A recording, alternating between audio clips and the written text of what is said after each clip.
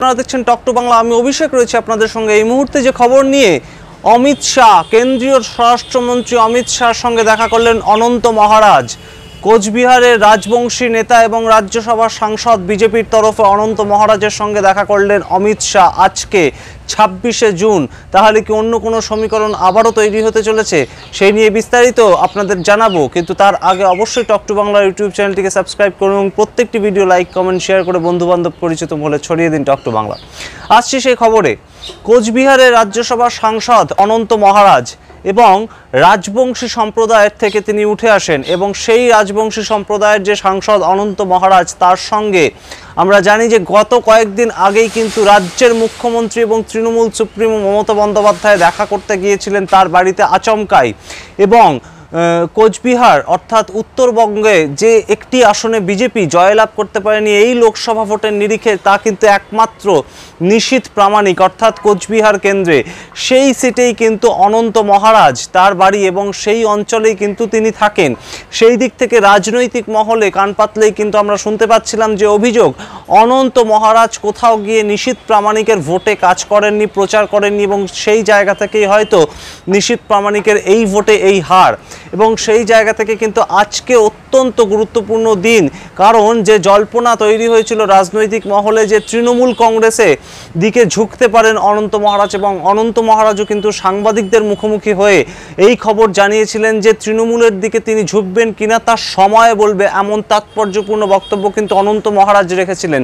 সেই জায়গা থেকে কিন্তু তড়িঘড়ি আগামী কয়েকদিনের মধ্যেই শুরু হতে যাচ্ছে রাজ্যসভার অধিবেশন এবং সেই জায়গা থেকে কিন্তু আজ অনন্ত মহারাজের সঙ্গে কেন্দ্রীয় স্বরাষ্ট্রমন্ত্রী এবং বিজেপির অন্যতম কাণ্ডারি অমিত শাহের যে এই জরুরি বৈঠক, তা কিন্তু অত্যন্ত তাৎপর্যপূর্ণ। বিজেপি কোথাও গিয়ে হয়তো নিজেদের যে সাংসদ 12 জন লোকসভার সাংসদ এবং যারা রাজ্যসভার সাংসদ আছেন তাদেরকে নিজেদের ঘরে ধরে রাখতে চাইছেন, এমনই কিন্তু মনে করছে রাজনৈতিক মহলের একাংশ। এবং আমরা যা জানতে পারছি সূত্র মারফত, কোথাও গিয়ে আজকে হয়তো অনন্ত মহারাজের সঙ্গে তাদের পুরনো সম্পর্ক বেশ কিছুটা সঠিক জায়গায় নিয়ে আসতে চাইল বিজেপির হাইকমান্ড। কারণ অনন্ত মহারাজ কিন্তু একটা গুরুত্বপূর্ণ ফ্যাক্টর পশ্চিমবঙ্গে রাজবংশী ভোটের ক্ষেত্রে, এবং শুধু তাই নয়, উত্তরবঙ্গে বিভিন্ন জায়গাতে কিন্তু এই রাজবংশী ভোটের একটা বিশাল প্রভাব আছে।